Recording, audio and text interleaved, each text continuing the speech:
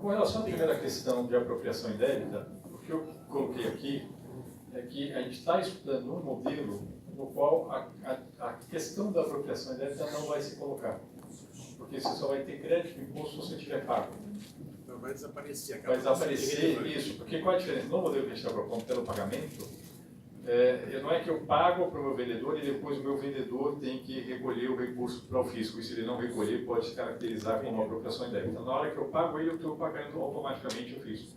Na hora que eu pago o preço. E acaba não sendo uma coisa relevante, uma coisa pertinente. E como que vai operacionalizar essa mágica de no pagamento, o dinheiro já vai direto para o fisco e a parte que fica com a empresa? Como é que vai funcionar um pagamento em dinheiro, por exemplo? Eu vou lá te pagar, como é que esse dinheiro vai para o fisco? Ok, no pagamento em dinheiro vai poder ter apropriação indébita. Então, a questão não é irrelevante. Não é irrelevante, mas é, vamos dizer assim, muito reduzida, porque pagamento em dinheiro, principalmente em grandes valores entre empresas, não se faz. Se faz, assim, você conhece alguém que vai comprar um insumo de outra empresa e vai pagar R$1 milhão em dinheiro? Desculpe, tem algum problema aí. Não, mas é que o universo também não é só de grandes empresas. Não, eu sei, mas aí o problema é muito localizado no consumidor final, nas pequenas empresas, é um problema extremamente localizado. Neste caso, poderá existir sim, você tem razão, mas é um problema minúsculo perto do que a gente tem. Sonegação no Brasil não é um problema minúsculo no Brasil. Acho que é um problema que a gente tem que se antecipar a questão para poder até se posicionar. Perfeito. Né? Assim, daí que não é irrelevante essa questão, que eu acho que não deveria ser. É muito menor do que é hoje. Na verdade, não é que vai acabar, vocês têm razão, o pagamento de dinheiro vai continuar existindo. Com relação a essa questão dos riscos, eu acho que o deputado Alex pode falar um pouco, mas tem uma questão que é como é que vai ser a tramitação da emenda constitucional na Câmara. A redação atual da emenda constitucional, ela é absolutamente clara, é uma regra só para todo mundo, sem exceções. Portanto, você não vai ter como, por legislação ordinária ou complementar, introduzir exceções que não vão estar previstas na Constituição. E uma questão é, como é que conseguimos fazer transitar a emenda constitucional com o mínimo possível de exceções? Esse é um ponto. Agora, passada a redação como está hoje, primeiro, assembleias legislativas e os municípios, estados e municípios, e a própria, não vão ter competência de legislar sobre a legislação do imposto, eles só vão poder fixar a alíquota. A competência deles é apenas fixação de alíquota. Então não tem exceção, não tem benefício fiscal, não tem nada. Isso está absolutamente explícito no texto da emenda constitucional. O texto da emenda constitucional deixa absolutamente claro que é uma regra só para todo mundo. Portanto, não tem como, a não ser com outra emenda constitucional, você introduzir uma... Só dar um exemplo para contribuir. Quando surgiu a emenda constitucional que evitava a guerra fiscal dos municípios, a emenda dizia que só por lei complementar poderia ter uma isenção, uma fixação de alíquota inferior a 2% ou algo parecido, estou falando de memória. Mas na sequência, alguns municípios, quando se imaginava pela emenda constitucional uma lei complementar nacional, alguns municípios criaram leis complementares municipais. Então a minha provocação é, o sistema me parece ser fechado. Ok, muito bacana. Agora, isso não quer dizer que não possa surgir alguma coisa no futuro para que a gente possa policiar. A minha preocupação é um desgaste agora e também o dia seguinte, que a gente vai ter que continuar fazendo essa proteção, Bernardo. Não, tá bom, com certeza absoluta, não, com certeza, estão trabalhando. Só estou dizendo que, honestamente, eu não consigo ver um município ou estado legislando sobre o ICMS, a não ser a alíquota, porque a Constituição é absolutamente explícita. Se ele soltar alguma lei sobre qualquer outro aspecto do imposto, automaticamente essa lei é inconstitucional. É que a gente ainda vai ter o aplicador do direito, vai ter o legislador. Acho que essa é uma resistência da experiência, né? Não é uma resistência, é uma advertência. Uma advertência. E eu tenho ouvido bastante isso, eu tive na FEComércio semana passada, colaborar, não é resistir. O senhor Ives me chamou de lado, falou, olha, a reforma de vocês é muito boa tecnicamente, é muito boa. Mas eu já vi tanta coisa acontecer nesse país, tanta reforma.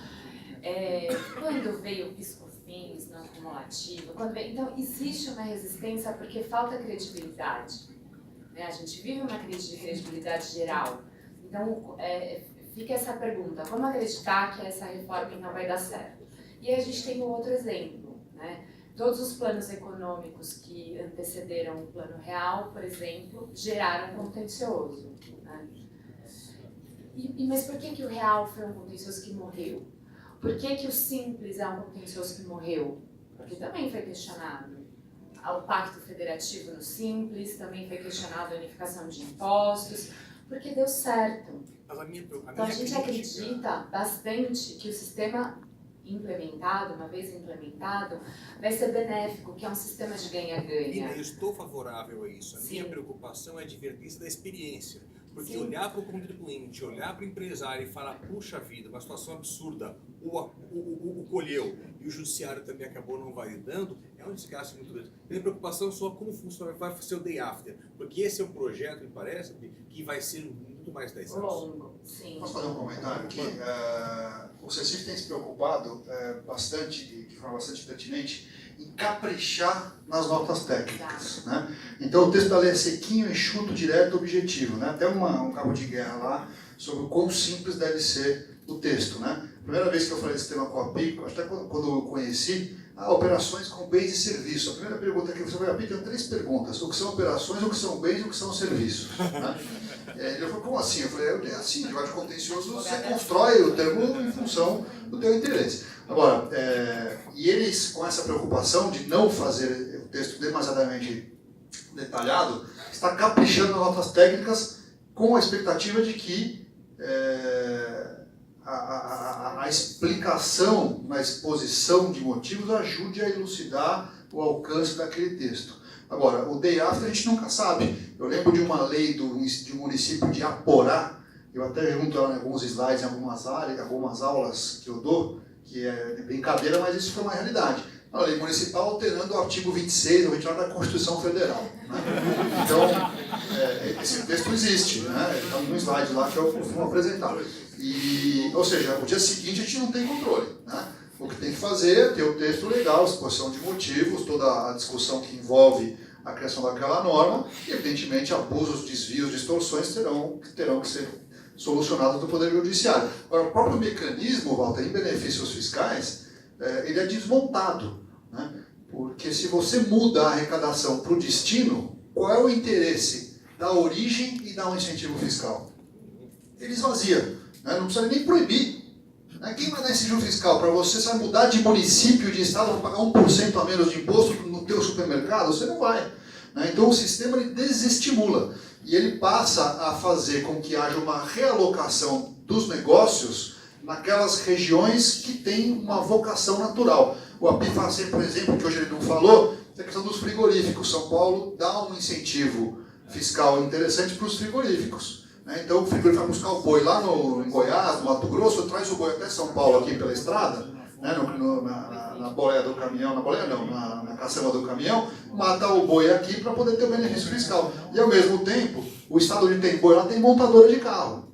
Né? Então ele compra a autopeça aqui, leva lá, monta o carro e revende para cá. Ou seja, essa ineficiência ela vai acabar. Naturalmente as empresas se acomodarão nas regiões onde tem uma vocação natural para que elas se estabeleçam de maneira mais eficiente. Estou na mesma frequência. Quando eu falo day after, quando eu dou o exemplo dessa lei complementar, também dou o exemplo do IPVA. Tem município que diz que recolha o seu IPVA aqui que você vai ter um desconto, porque uma parte do dinheiro do IPVA vai para o município. Então eu já fiz guerra fiscal de ISS, de IPVA, eu ainda não vi só de IPTU. O resto é espetacular. Então a minha provocação é o day after, porque o projeto em si eu não vejo como não apoiar.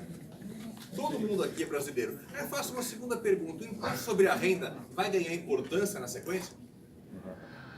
Muito bem. Walter, como nós já estamos... o dinheiro não está no escopo, mas só para a gente concluir, porque agora já são 9h30, o pessoal está gostando do debate, mas nós já estamos até discutindo a apropriação indébita.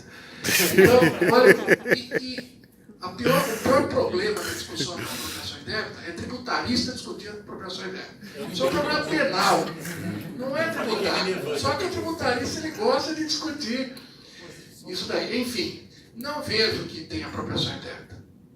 Mas aí é o tipo penal, é o elemento subjetivo, são as teorias criminais, né, Cid?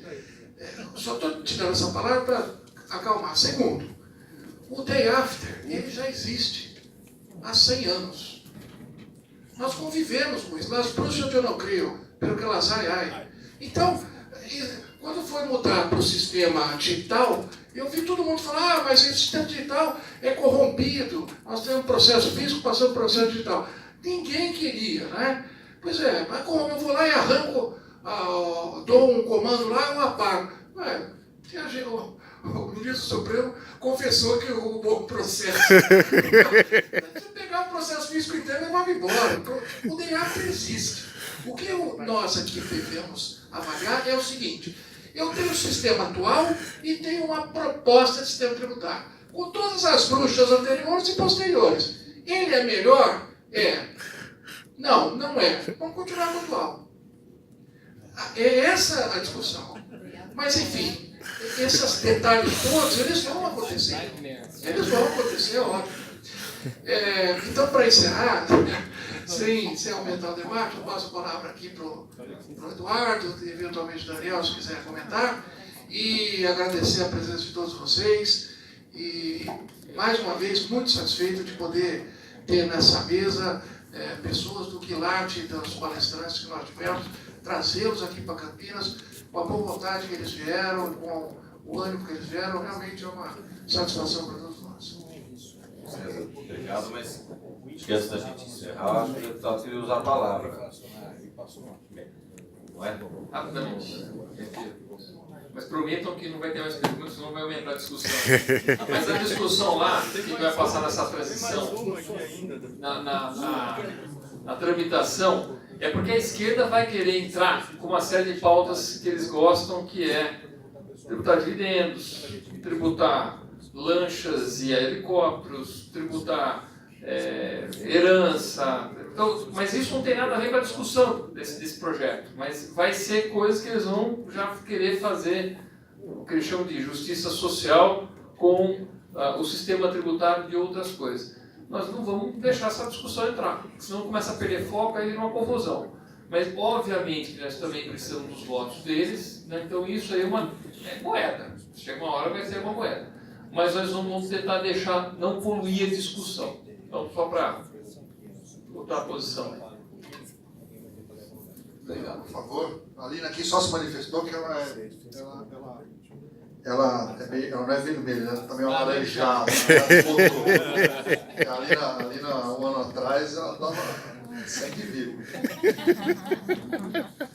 Então, Daniel, por favor. Obrigado.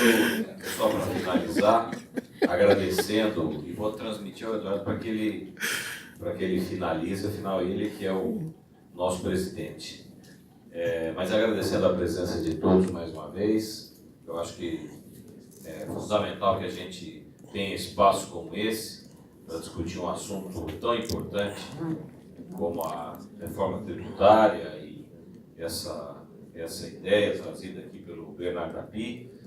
Quero agradecer muito a sua presença aqui também, uma honra aqui para a nossa subseção recebê-lo. Muito obrigado. E assim como agradeço ao deputado Alex Fontaine também, que é da cidade, mas nos deu a honra hoje de vir aqui à nossa subseção, uma honra, uma alegria muito grande recebê-lo. E parabéns pela eleição e por ter sido eleito com uma pauta positiva para o país também, com ideias novas, espero que possam ser implementadas dentro desse jogo político todo que ocorre aí dentro do nosso poder legislativo. Agradecer também a Lina Santin, que já é aqui da casa, né? Já esteve aqui palestrando e veio aqui hoje também nos brindar aí com suas palavras. Agradecer a Suzy, ao Fábio, também pela presença, ao César Zalaf, nosso presidente do MDA Campinas, também pelas suas colocações. O César não vai ter problema de tela nem nada, porque ele já não precisa mais trabalhar, né? Então, ele está menos preocupado nessa sala, pode ter certeza, viu? Não é, Eduardo? Confirma, não? E agradecer ao Eduardo Salúcio, ao MDA, pela oportunidade da gente realizar aqui na nossa subseção esse evento com amigos. Nós temos aqui o Saran, temos o João Tafner representando a Secretaria da Fazenda Estadual, Receita Federal, advogados aqui, tributaristas da cidade, de Escol, aqui representados pela Suzy, mas que nós temos um grupo importantíssimo de advogados nessa área aqui. Esqueci. O Otávio Ustra também não precisa, viu, Zama? Está que nem você, viu? Já não precisa mais dessas atividades aqui, né? Mas agradecer. Veio. Mas agradecer a todos e vou transmitir aqui ao Eduardo os certificados de participação que a gente poderia entregar agora aqui, que estão certificando aqui pela nossa seccional paulista a participação dos nossos palestrantes, debatedores nesse evento tão importante. Então, antes de passar eles à mão do Eduardo, eu tomo a liberdade, mais uma vez, de agradecer a todos pela presença, por esse dia tão importante. Viu? Muito obrigado mais uma vez a todos.